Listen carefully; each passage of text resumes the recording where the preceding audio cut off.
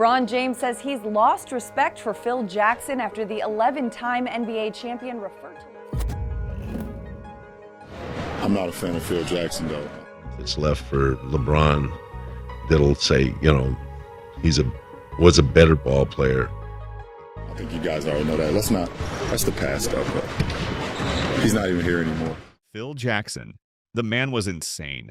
That's what everyone says when they look at how he treated some of the biggest stars in NBA history. He called Kobe Bryant uncoachable in a book.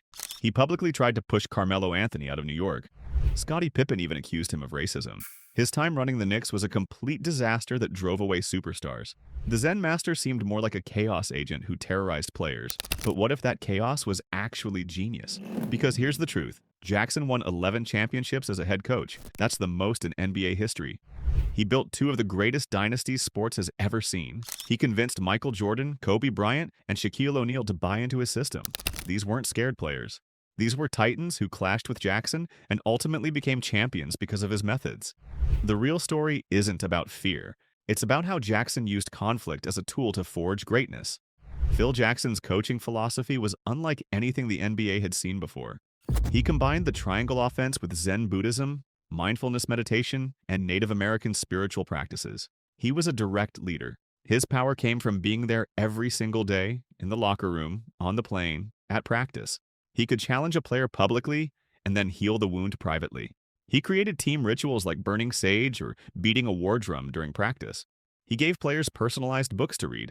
This intimate connection was the secret sauce that made his psychological tactics work. Let's start with Shaquille O'Neal. When Jackson arrived in Los Angeles in 1999, the Lakers had two superstars who couldn't stand each other. Shaq and Kobe were at war. Jackson's first move was brilliant. He chose to build a close, almost fatherly relationship with Shaq. He understood that Shaq's giant personality craved that kind of connection, and by securing the loyalty of the team's most dominant force, he gained control of the entire locker room. The way Jackson managed the Shaq-Kobe feud shows his genius. Shaq would storm into Jackson's office, demanding action about Bryant. Jackson's response was perfect. He'd calmly say no. He told Shaq that he would never take away their aggression, because they were going to need each other down the stretch. Jackson understood that their rivalry was fuel. He didn't try to put out the fire. He just made sure it burned toward their opponents, instead of destroying the team from within. But Jackson went even deeper with Shaq. He knew Shaq had intellectual curiosity beneath his playful exterior. So on one road trip, Jackson gave him Hermann Hesse's philosophical novel, Siddhartha. Most coaches would never think to do something like this with a player, but Jackson knew it would reach Shaq on a different level. And it worked.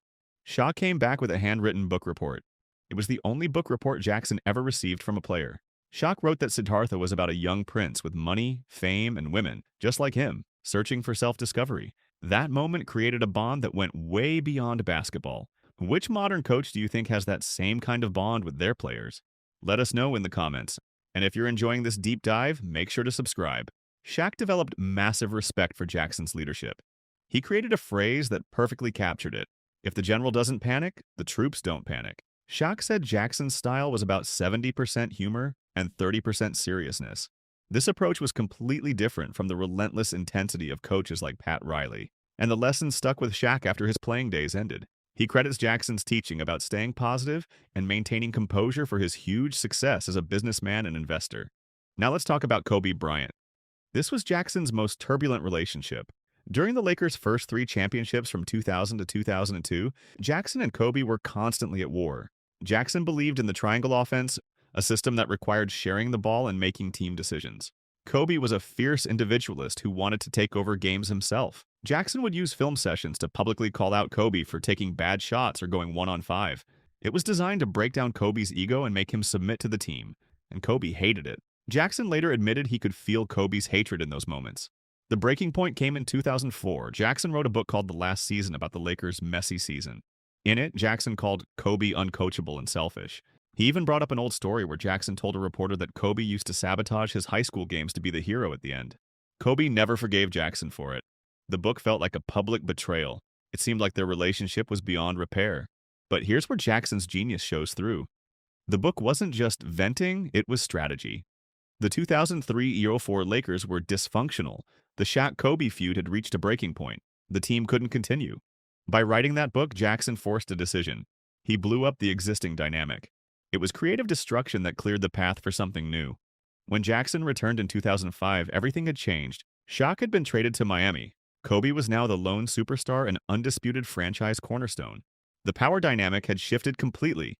Jackson needed Kobe as much as Kobe needed him. And that mutual need created space for a new relationship built on trust and respect. Kobe said the second time around, they could have private conversations that stayed private. Because of that trust, he learned so much more. This new partnership brought 2 more championships in 2009 and 2010.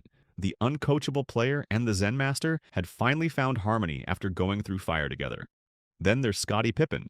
The moment that defines their story happened on May 13, 1994. It was Game 3 of the Eastern Conference semifinals against the Knicks. Jordan had retired and Pippen had become an MVP candidate, leading the Bulls to 55 wins. With the game tied and 1.8 seconds left, this was Pippen's moment to be the hero. This was his team now. But Jackson drew up the final play for Toni Kukoc, a Croatian rookie. Pippen was told to just inbound the ball. Jackson's reasoning made tactical sense. He'd run a similar play successfully earlier that year. The tall Kukoc could get a clean shot over his defender. But Jackson completely missed the emotional weight of the moment. For Pippen, this was a deep betrayal. He felt abandoned by the coach he trusted. In a rage, Pippen refused to go back into the game. Jackson reportedly said, "Forget him, we'll do it without him."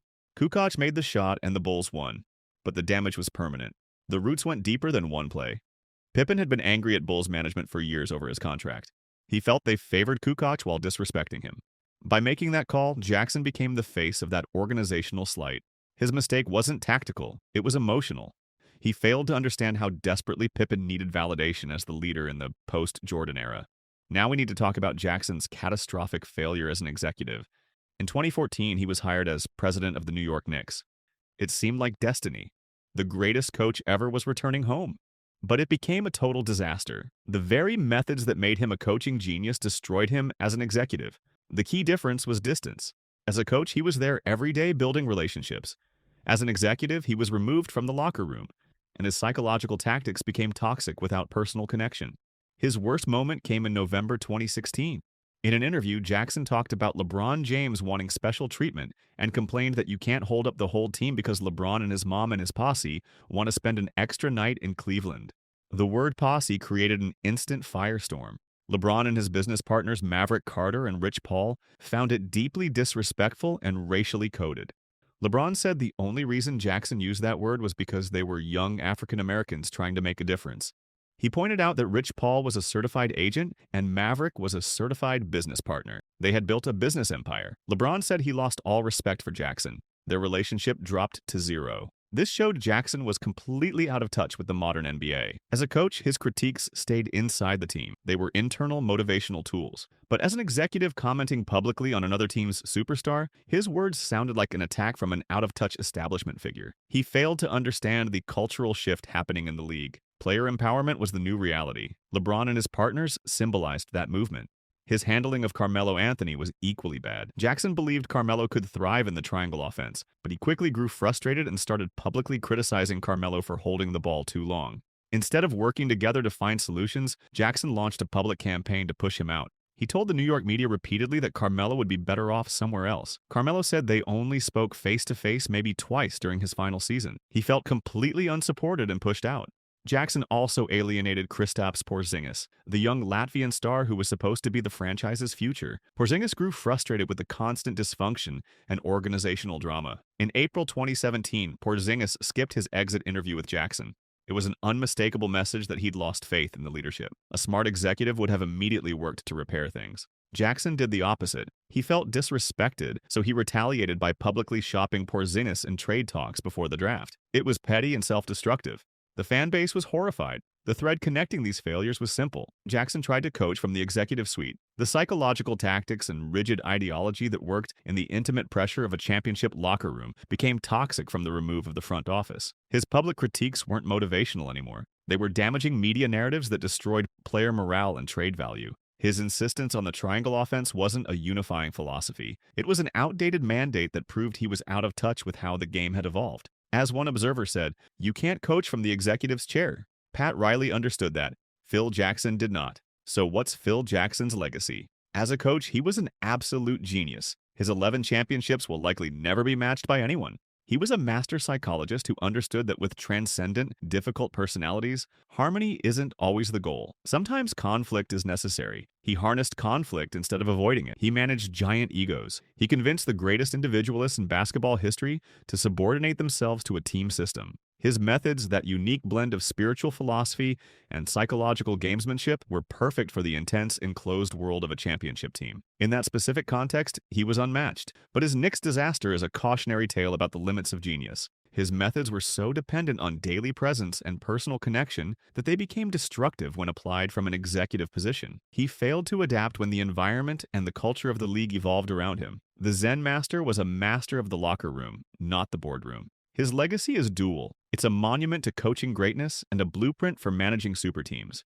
But it's also a ruin of executive hubris and a lesson that even brilliant minds fail when they mistake a specific skill for universal wisdom. Phil Jackson's career reminds us that leadership isn't one size fits all. The shadow he cast over the NBA was long and complex. Within it are lessons of both immense triumph and profound failure. What's your favorite Zen Master story? Share it below. Thanks for watching, and we'll see you in the next one.